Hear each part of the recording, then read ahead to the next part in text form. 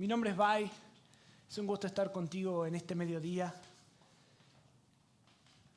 Vamos a leer Lucas. Vamos a continuar con nuestra serie de Lucas, pero antes quiero hacerte una pregunta específica. Quiero que puedas sacar tu teléfono, abrir tus notas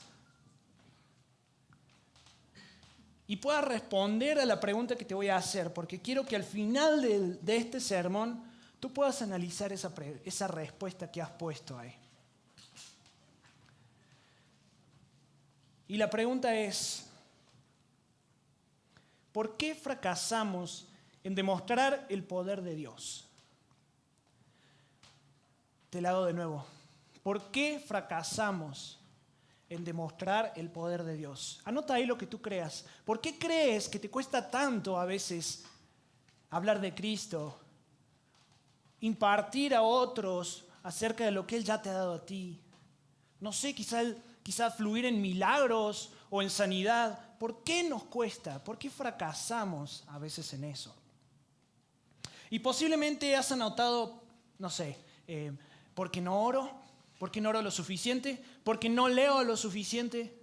O no sé, quizás a lo mejor porque hay algún pecado ahí que está atrapándote, en el que estás ahí cautivo y no puedes salir. Pueden ser muchas cosas que hayas anotado en tus notas. Pero a continuación vamos a ver cómo los discípulos, los mismísimos discípulos que estuvieron mucho tiempo con Cristo, fracasan exactamente como nosotros lo hicimos. Te invito a que puedas abrir tu Biblia en Lucas 9, capítulo 9, versículos 37 al 45. Y dice, Lucas 9, versículos 37 al 45, al día siguiente, cuando descendieron del monte, una gran multitud les salió al encuentro. Y he aquí, un hombre de la multitud clamó diciendo, Maestro, te ruego que veas a mi hijo, pues es el único que tengo.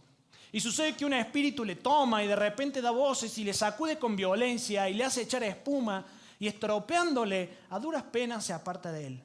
Y rogué a tus discípulos que le echasen fuera y no pudieron, fracasaron.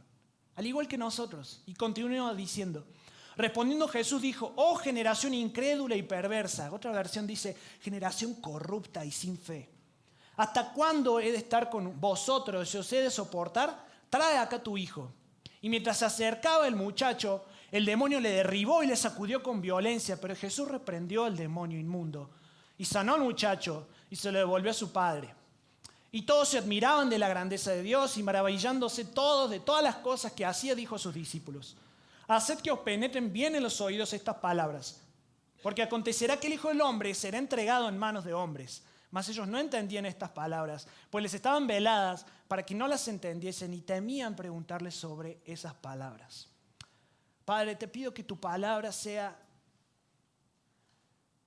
el invitado de honor, tu Espíritu Santo, que tu palabra sea la que prevalezca esta mañana, Señor. No las mías, sino las tuyas. Señor, habla a tu pueblo, a tu gente, Señor. En tu nombre oramos. Amén. Para ponerte un poquito en contexto, veíamos el domingo pasado que estaba Jesús en el monte ahí, en el monte de la transfiguración, donde sucedió que los discípulos Jacobo, Pedro y Juan lo vieron ahí a Cristo en el máximo esplendor de su gloria. Y de pronto bajan ellos y se encuentran con este panorama, con algo tan atípico, con algo quizás muy en esa época recurrente, pero al mismo tiempo tan atípico. Había un contraste muy grande de entre lo que venían a donde se encontraban. Y para ese entonces Jesús ya tenía fama. Él ya estaba, ya se conocía en su ministerio y la gente lo seguía por las sanidades, por los milagros, porque Jesús tenía algo para darles. Y la gente no seguía a Cristo porque iba a ser su Salvador. La gente seguía a Cristo porque era el sanador y ellos querían recibir eso. Podemos ver que también en la escena, en Marcos, nos dice que estaban los escribas de la ley. ¿Quiénes son estos tipos? Pues son personas que eran estudiosos, hoy podríamos decir que son teólogos, que conocían la palabra, que realmente conocían la profundidad y estaban ahí nomás para ver, a ver, pisa el palito y nomás te voy a dar en la yugular. Así estaban los escribas junto con los discípulos. Y Jesús baja del monte con estos 3 discípulos y se encuentra que los otros 9 estaban discutiendo con estos escribas. Y Jesús le pregunta, ¿qué están discutiendo? ¿Y qué pasó? Pues nada, no le responden nada. Los discípulos así como con suma vergüenza y yo me imagino así, apenadísimos, fracasados, no dicen nada y el que sale a responder es el papá del endemoniado. Y te quiero mostrar una imagen para que podamos dimensionar o graficar, que podamos ver más o menos cómo es que estaba sucediendo esto. Y en la imagen podemos ver cómo todo este panorama se estaba dando. Si pueden ver, aquí tenemos a Jesús en el monte de la transfiguración, Moisés, Elías, los 3 discípulos, un par de chismosos. Aquí mira, aquí están los escribas. Aquí el endemoniado, el papá del endemoniado, los otros discípulos. Y mira, si te fijas ahí bien oscurito, se ve otro chismoso. Están en todos lados, ¿verdad? Y de pronto se encontraban en esta situación Jesús.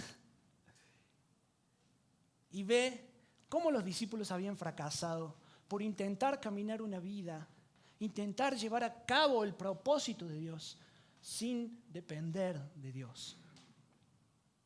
Es imposible llevar a cabo el propósito de Dios sin depender de Dios. Y aquí quiero que entremos a mi primer punto, si estás anotando.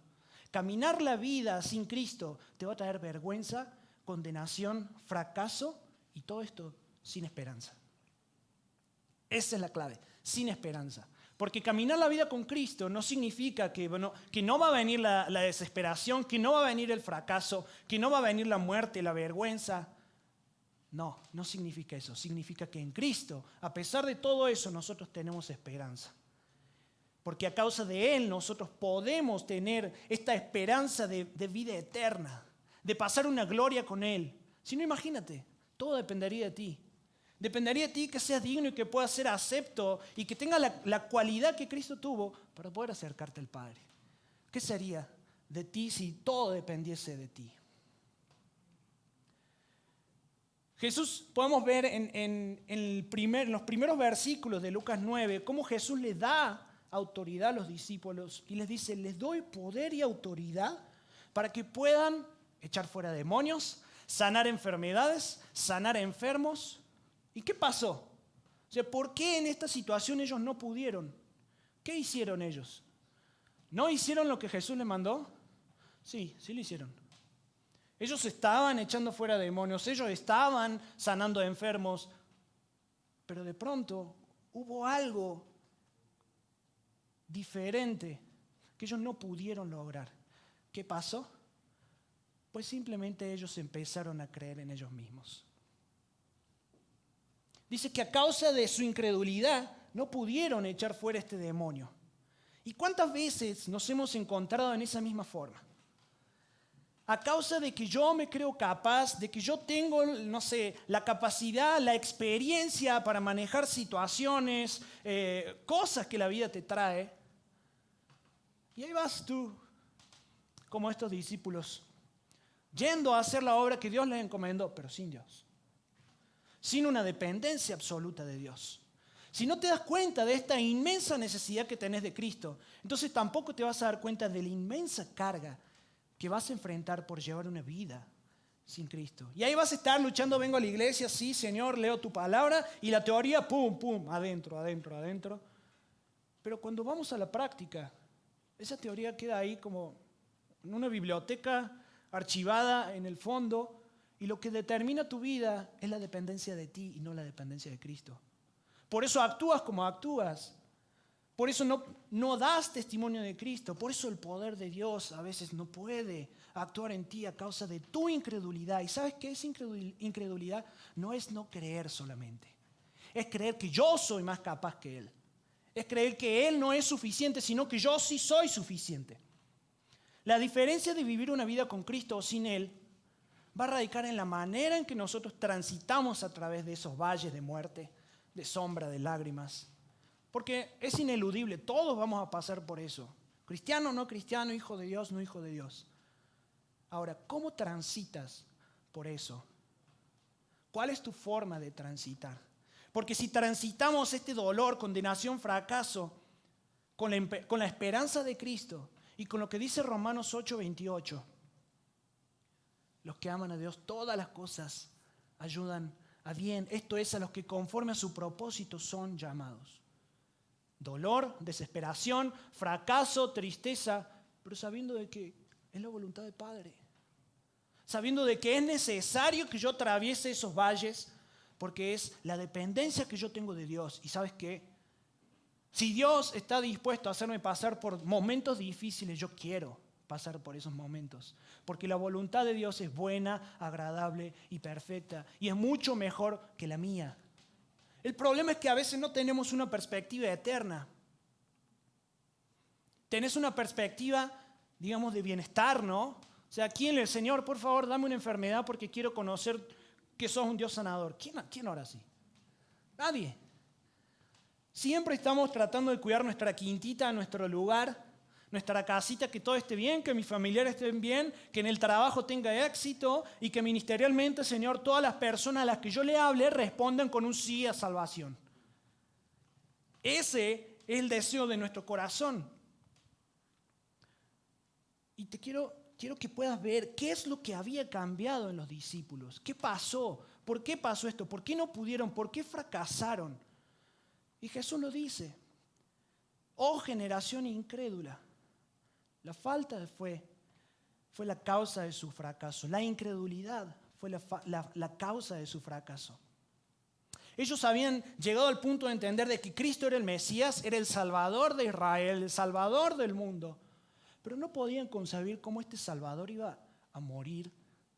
Y mucho menos en una muerte de cruz, que era una muerte totalmente baja, humillante. Quizás hoy tenemos unas crucecitas colgadas, algunos nos la tatuamos. Pero en ese entonces una cruz era vergüenza, era realmente, no manches, o sea, ¿qué onda? O sea, cruz era muerte, bajo, sucio.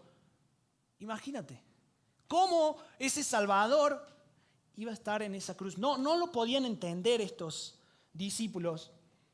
Y podemos ver cómo Pedro pide ahí, Señor, ya que estamos aquí en el monte de la transfiguración, ¿por qué no hacemos una enramada y nos quedamos ahí los tres, todos bajo un techito y disfrutando de tu gloria, ¿no? Me he encontrado orando de esa forma, sin darme cuenta de que era necesario que Cristo baje, que Cristo descienda de esa gloria en la cual estaba manifestándose y baje al pueblo y sane y vaya a la cruz y muera. Pero ahí estaba yo y Pedro y muchos de nosotros con esta perspectiva de mi quintita, para mí bien. Yo quiero que las cosas me vayan bien sin tener un pensamiento y tener una perspectiva de eternidad, una perspectiva de redención de la humanidad. Todo intento de servicio a Dios sin tener una comunión constante con Él va a acabar siendo algo vacío, estéril, vano. Y así estaban estos discípulos, trabajando para Dios, haciendo para Dios. Pero se le olvidó el ingrediente principal, que era la dependencia de Dios. Juan 15:5 dice, ciertamente yo soy la vid, ustedes son las ramas. Los que permanecen en mí y yo en ellos producirán mucho fruto, porque separados de mí no pueden hacer nada. La realidad es que vivimos dependiendo de nosotros mismos, o de tu pareja, o de tus padres, o de tu trabajo, o de tu jefe, porque no conocemos, no dimensionamos la verdadera cara del pecado y la necesidad que tenemos de esta justificación y santificación aplicada a nosotros a través de Cristo. Y ahora quiero mostrarte en mi segundo argumento cuál es la verdadera cara del pecado. Y si estás anotando ahí, anota, Cristo es capaz, yo no. Dice Lucas, capítulo 9, versículo 39. Un espíritu maligno sigue apoderándose de él, haciéndolo gritar. Le causa tales convulsiones que echa espuma por la boca, lo sacude violentamente y casi nunca lo deja en paz. Ahora acompáñame a Marcos, capítulo 9, también versículos 17, 18, 20, 22. Dice, un hombre de la multitud tomó la palabra y dijo, Maestro, traje a mi hijo para que lo sanaras. Está poseído por un espíritu maligno que no le permite hablar. Y siempre que este espíritu se apodera de él, lo tira violentamente al suelo y él echa espuma por la boca, rechina los dientes y se pone rígido. Así que le pedí a tus discípulos que echaran fuera al espíritu maligno, pero no pudieron hacerlo. Versículo 20. Y se lo trajeron, y cuando el espíritu vio a Jesús, sacudió con violencia al muchacho, y quien cayendo en tierra se revolcaba echando espumarajos. Y muchas veces le echaba en el fuego y en el agua para matarle. Esta es la cara del pecado. Esta es la verdadera cara de lo que hay detrás de un chisme. Esta es la verdadera cara que hay detrás de la envidia. Esta es la verdadera cara que hay detrás de la lujuria, de los excesos, de las cosas que te controlan. Esta es la verdadera cara que hay detrás de un Halloween, de un altar a muertos. Pero ¿qué tiene de malo? O sea, no manches. O sea, no, está siendo muy exagerado, porque ¿qué tiene una velita? ¿Qué tiene un altarcito? Detrás de eso está esto, y esa es la cara. Y no somos conscientes de esa verdadera cara del pecado. Cómo el pecado te destruye, cómo el pecado te roba, cómo el pecado te traiciona. Y acompáñame a leer lo que dice en Juan 8:44 acerca de Satanás. Juan 8, versículo 44 dice: Él ha sido asesino desde el principio y siempre ha odiado la verdad, porque en él no hay verdad. Cuando miente, actúa de acuerdo con su naturaleza, porque es mentiroso y ¿qué? Padre de mentira. Así se te presenta el pecado. De tres formas, por tres caminos: por Satanás, por el mundo y por nuestro propio deseo carnal. Y se nos disfraza y nosotros decimos: pues que tiene una mentirita piadosa, o sea, necesitaba mentir para pues no hacerle daño a tal, o es que tiene una coima, ¿no? Para que no me pongan la multa. Ahí estamos, siendo ligeros con el pecado, sin darte cuenta que esta es la cara del pecado. Es bajo, es sucio, es terrible. Así es el pecado. Un altar que no es para Dios es un altar idólatra que directamente está siendo copartícipe de la obra destructora de Satanás, disfrazada de piedad. Todo aquello que no es de Dios o que no es con Dios es contra Dios. Y no hay medias tintas en esto. No hay medias tintas. O es con Dios o es contra Dios. Por más pequeño que sea este pecado. Por más de que la sociedad no lo condene como algo moralmente grave, trágico, o incluso la ley, ¿quién no vas a ir preso por ser chismoso? No vas a ir preso por tener envidia. No vas a ir preso por tu lujuria. Pero detrás de todo eso está esta cara. Y quiero que puedas dimensionar cuál es esa verdadera cara del pecado. La angustia que tenía este hombre, este papá que estaba ahí trayendo a su hijo delante de Jesús, no se compara en absoluto con lo que Cristo estaba sintiendo. Y quiero que puedas dimensionar la situación y de dónde venía Jesús y estos tres discípulos y a dónde se encontraron. De la visión de la gloria de Dios, de la transfiguración, de la majestuosidad de Dios, del esplendor, belleza, volvieron a una escena de dolor, debilidad, miseria y hasta con un endemoniado.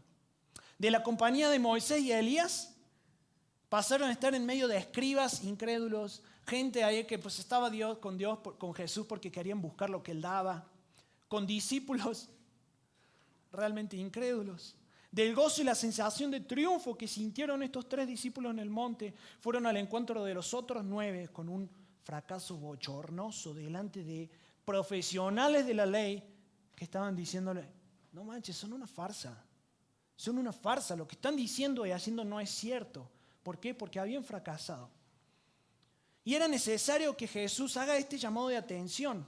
Se los hizo a los discípulos, a los escribas, a la gente que estaba ahí, diciéndole: gente sin fe, corrupta. ¿Hasta cuándo tengo que estar con ustedes? ¿Hasta cuándo tengo que soportarlos? En Lucas nos dice que Jesús reprendió al demonio, sanó al joven y se lo devolvió a su padre. Sin embargo, en Marcos podemos ver cómo se amplía un poco más el relato de esta historia. Y aquí es cuando uso mi mate. Si quieres ir buscando en Marcos 9,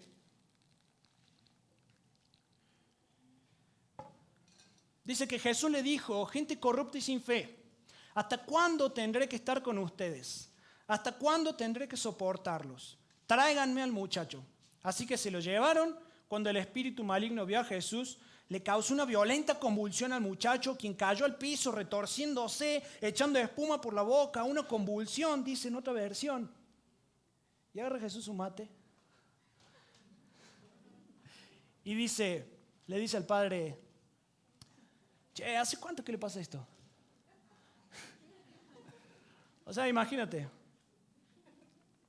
Jesús ahí con su mate diciendo al padre: ¿hace cuánto que le pasa esto? Y el demonio todo ahí, convulsionándose, echando espuma por la boca. Y Jesús así como si no le importara, ¿no? Como si eso no fuese. Imagínate que te está pasando eso. ¿Harías ese tipo de preguntas? ¿Harías eso? Yo creo que me iría, no sé, a tratar de echar fuera el demonio o poner mi foco en él. Pero ¿por qué Jesús pone el foco en el Padre y no primero en el joven atormentado, en el endemoniado? Y responde el padre, desde que era muy pequeño. O sea, entró así como si nada. El padre en la conversación: ¿desde cuándo sé que le pasa esto? No, pues desde que era chiquito, fíjate que le pasó esto, le echaba en el fuego, a veces lo echa en el agua para matarlo. Y el padre entra en desesperación y dice: ten misericordia de nosotros y ayúdanos si puedes. Y Jesús dice: ¿cómo que si puedo? ¿Cómo que si puedo? O sea, yo creo que habría de tener, no sé, de ahí descendemos los argentinos o alguna otra raza así como: ¿cómo que si puedo? Claro que sí puedo. Todo es posible si uno cree, dice Jesús. Y el padre al instante clamó y dijo: sí creo, pero ayúdame a superar mi incredulidad. Dos factores que los discípulos no tuvieron: fe y dependencia. Sí creo, ayúdame a superar mi incredulidad. Los discípulos creían, sí creían, pero no había esa dependencia. Y al no haber esa dependencia y confiar en su capacidad, porque ellos ya sabían cómo era esto, cómo actuaba esto, cómo se procedía ante un endemoniado, tuvieron esa incredulidad de decir: pues yo ya me la sé. Y veo a este Jesús tranquilo ante todo el show que estaba haciendo el endemoniado, hablando con el Padre. Y Jesús sabía que tanto el endemoniado, tanto el demonio, como la enfermedad que tenía este joven, las dos cosas estaban sujetas a él. Y vio la necesidad de un padre incrédulo, vio la necesidad de desarrollar y robustecer la fe y hacer crecer esa fe en el Padre. Y esa fue su prioridad. Por eso Jesús hace eso. Y sabes, la incredulidad es el factor principal para que el poder de Dios no fluya, para que nosotros no podamos movernos en el Espíritu, para que nosotros no podamos establecer aquellas cosas que la palabra dice y poder mostrarle a otro con el testimonio de mi vida lo que Cristo es y hace. ¿Por qué? Porque simplemente me creo capaz. Porque simplemente he estado en ese lugar donde me estoy poniendo en el lugar de Dios. Suena como un poco trágico, ¿no? Pero no lo es. Inconscientemente lo hacemos y me he encontrado en ese punto muchísimas veces. Y esta simple declaración de fe mostraba esa dependencia. Es dramática y a la vez conmovedora. Había una lucha en el corazón de este hombre por creer o no creer, por la situación que estaba viviendo con el hijo. Y esa declaración fue más que suficiente para que el poder de Dios se manifieste. Porque este hombre tuvo fe así, pequeña, y tuvo dependencia. Entonces, como Cristo es capaz, es sumamente vital que mi caminar dependa de Él. Y este es mi tercer argumento, si quieres anotar. Caminar una vida dependiente de Dios nos hará conscientes de su evangelio. ¿Cómo es esto? ¿Por qué caminar una vida consciente de Dios me va a hacer consciente del evangelio? Yo muchas veces creía que el evangelio era: no, sí, pues Cristo murió por tus pecados, recíbelo, acéptalo y Él cambiará tu vida. Chido. Y ahí quedaba. Sin embargo, no sabía que el Evangelio es algo que tengo que vivir a diario, porque su palabra me lleva a aplicar esa gracia que Cristo me aplicó a mí en la cruz. Y cuando yo no estoy extendiendo gracia, cuando yo me ofendo, cuando yo no perdono, cuando yo me rompo en ira, sin duda no estoy aplicando el Evangelio. Y ese es un síntoma de que no estoy dependiendo de Dios. Su muerte y resurrección podemos ver en estos versículos que no se lo revela a todos, sino a los suyos. Lucas 9, versículos 43 y 44 dice: y todos se quedaron asombrados de la grandeza de Dios. En medio de tanta admiración por todo lo que hacía, Jesús dijo a sus discípulos: presten mucha atención a lo que les voy a decir. El Hijo del Hombre va a ser entregado en manos de los hombres. En Mateo dice, Jesús le dijo, el Hijo del Hombre será traicionado y entregado en manos de sus enemigos. Lo matarán, pero al tercer día se levantará de los muertos. Los discípulos no entendían qué estaba diciendo Cristo. O sea, ¿cómo? ¿Cómo que va a ser entregado en manos de hombres? Lo van a matar, pero va a resucitar. O sea, ¿cómo? No les cabía en la mente, porque ellos estaban cuidando su quintita, así como vos y yo muchas veces. ¿Cuántas veces te has encontrado orando de esta forma? ¿Cuántas veces tus deseos, tus anhelos, tus proyectos, tus sueños te apuntan hacia ti en lugar de apuntar a esta perspectiva eterna? En lugar de apuntar al plan de redención. Y ahí decimos, Señor, ¿por qué no me respondes? ¿Por qué tengo que vivir esto? ¿Por qué tengo que atravesar esto? Como si fuese que Dios no quisiera responder a tus peticiones. Pero sabes, tus peticiones no están de acuerdo a su plan redentor. Es hermoso que Dios contempla los deseos de nuestro corazón, pero Él también contempla su plan redentor. Y si el deseo de tu corazón no está alineado a su plan redentor, es para que gastes en tu propio deleite. Y eso no te va a bendecir, al contrario. A veces es necesario que pasemos por estos tiempos de lucha, de prueba. Y esa es la mayor frustración que tenemos con Dios, porque no pedimos de acuerdo a su voluntad. Nuestra voluntad quiere prevalecer para gastar en nuestros propios deleites. Como estos apóstoles. Señor, nos quedamos aquí, hagamos un techito y aquí nos quedamos. Y que la humanidad, pues, ahí vemos cómo le haga. Pero yo soy bendito. Yo estoy ahí contigo, con Moisés, con Elías. Cristo resplandeciente. Con los discípulos ahí. Baja, se encuentra con esta situación. Libera, sana. Algunos historiadores, teólogos dicen que resucita al joven. Y les dice, les anuncia el plan. Es necesario que sea entregado en manos de hombres. Que muera y que al tercer día resucite. Cristo mostrando el plan redentor, la perspectiva eterna. ¿Qué perspectiva tienes hoy? ¿Cuidas tu quintita? ¿Cuidas tu casita?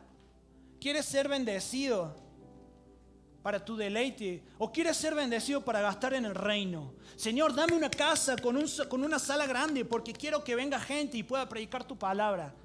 Señor, dame un coche porque quiero servir a la gente de la iglesia que no tiene coches.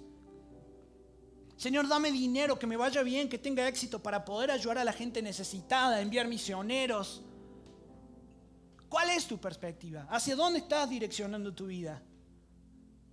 Y hoy te encuentras con Dios diciéndote, hey, despierta, ¿a qué estás jugando? ¿Hasta cuándo tu quintita? ¿Hasta cuándo tu casita? ¿Hasta cuándo vas a jugar a ser el cristiano modelo para recibir las bendiciones? Y no simplemente para manifestar las bendiciones, para poder entregarlas, para que Dios fluya a través de ti, podamos manifestar el poder de Dios con milagros, con todo lo que Dios te da. Sea cual sea tu situación hoy, no tengo duda de que Dios te está llamando a que reacciones. No tengo duda de que Dios te está llamando a que salgas de tu zona de confort, a que salgas de ese lugar donde estás muy cómodo, tomes una decisión y entregues tu voluntad a Dios y puedas decir como este papá dijo, si creo, ayuda mi incredulidad. Porque caminar una vida sin Cristo es lo más loco que puedes hacer. Y aún peor, caminar una vida sin Cristo dentro del cristianismo. Me he encontrado muchas veces caminando una vida sin Cristo, sirviéndole, predicando y haciendo todo. Y respondiendo a la pregunta que hicimos al principio, ¿fracasamos en demostrar el poder de Dios porque no dependemos de Él? ¿Creemos que nosotros somos los capaces? ¿No aplicamos el Evangelio porque no dependemos de Él? Y nuestra incredulidad nos ha absorbido. Es decir, tu capacidad. Es decir, quién eres. Es decir, lo que puedes hacer. Si no entiendes que tu vida nunca ha estado bajo tu control, vas a seguir pretendiendo que sí. Tu vida está en control del Dios Todopoderoso, que echó fuera demonios, que sanó, que resucitó y que hoy te permite tener ese acceso ante el Padre solamente por los méritos de Cristo.